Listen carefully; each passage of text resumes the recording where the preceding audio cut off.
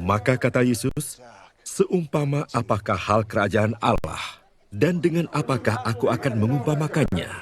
Ia seumpama biji sesawi yang diambil dan ditaburkan orang di kebunnya. Biji itu tumbuh dan menjadi pohon, dan burung-burung di udara bersarang pada cabang-cabangnya. Dan ia berkata lagi, dengan apakah aku akan mengumpamakan kerajaan Allah? Ia seumpama ragi yang diambil seorang perempuan dan diadukkan ke dalam tepung terigu 3 sukat sampai kamir seluruhnya.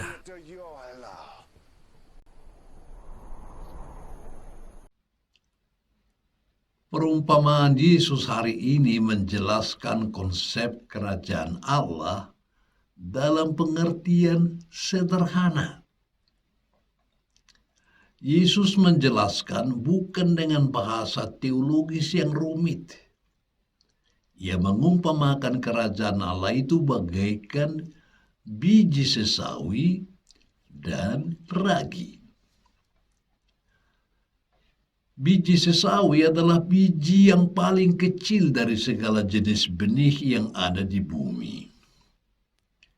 Namun kalau biji yang kecil itu ditaburkan di tanah, biji itu kemudian akan tumbuh menjadi sebuah tanaman yang besar, di mana burung-burung pun dapat bersarang pada cabang-cabangnya. Ragi walaupun sedikit, kalau diaduk-aduk ke dalam tepung terigu sampai rata, akan membuat tepung terigu itu mengembang dan membesar, sehingga membantu proses pembakaran, hingga menjadi roti yang enak. Tentu bukan kebetulan kalau Yesus mengumpamakan kerajaan Allah itu dengan biji sesawi yang sangat kecil dan ragi yang sedikit. Yesus mengajari kita untuk tidak berhenti pada realita yang tertangkap oleh mata, tetapi melihat pekerjaan Allah yang agung di balik realita itu. Di balik biji sesawi yang kecil, terkandung realita kerajaan Allah yang maha agung dan mulia.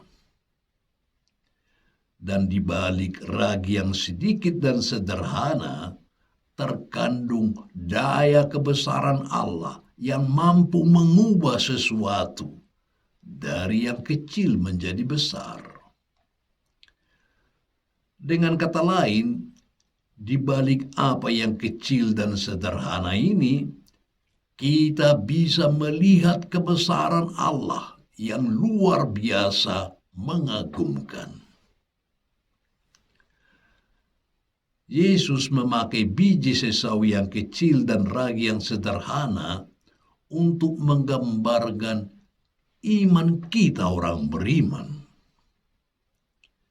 Kalaupun iman kita kecil, bila ditanam dan dipelihara di hati kita, akan bertumbuh dalam menghadapi pergumulan hidup. Iman itu akhirnya akan menjadi besar dan dapat menolong mereka yang sedang lemah imannya. Biji sesawi juga dapat menggambarkan gereja di tengah dunia. Gereja yang bersedia memaksimalkan fungsi dan perannya, sehingga kehadirannya dapat menjadi berkat bagi masyarakat. Demikian juga sebagai ragi, setiap orang beriman seharusnya menghadirkan pengaruh baik bagi lingkungannya. Menjadi ragi artinya mengejawantahkan iman itu dalam cara berpikir kita, dalam perkataan dan perbuatan kita, sehingga di lingkungan di mana kita berada, kehadiran kita membawa kemajuan dan perkembangan, dan bukan malah membawa kemunduran dan kehancuran. Seorang filsuf Tionghoa bernama Sun Tzu pernah mengatakan, Perjalanan 1000 mil dimulai dari satu langkah kecil.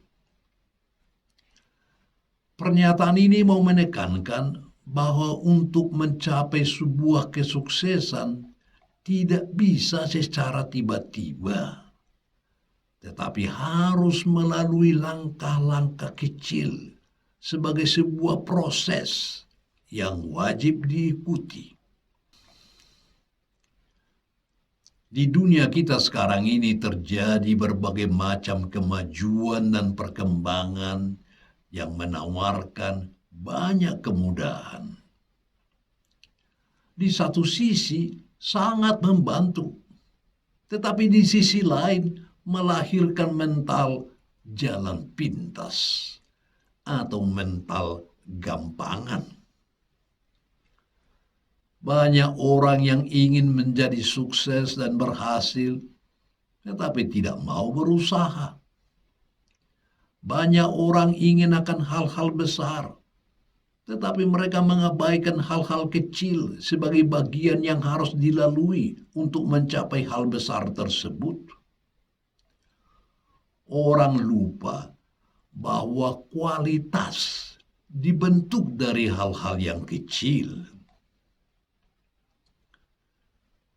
Demikianlah juga hal kerajaan Allah dan iman kita. Itu dimulai dari sesuatu yang kecil, yang dunia anggap sebagai sesuatu yang tidak penting. Namun akhirnya menyatakan kemuliaan Allah yang luar biasa besar. Perumpamaan hari ini mengajarkan kepada kita bahwa kerajaan Allah dimulai dengan sesuatu yang dunia pandang kecil, sederhana, atau bahkan dunia pandang paling tidak berarti, namun pada akhirnya menghasilkan suatu pekerjaan yang besar. Perumpamaan ini mau mengajar kita bahwa iman itu punya kekuatan dalam dirinya, kekuatan yang bisa mempengaruhi orang lain. Kekuatannya adalah kasih, perdamaian, keharmonisan, saling menghargai, saling meneguhkan, saling memuji, dan saling mempercayai. Kalau kebajikan-kebajikan ini ditaburkan dalam hati dan pikiran seseorang, dan orangnya menanggapinya dengan serius, memeliharanya dengan baik, dan membiarkannya bertumbuh dengan baik, maka pribadi yang menerimanya akan menjadi pribadi yang baik dan kuat juga.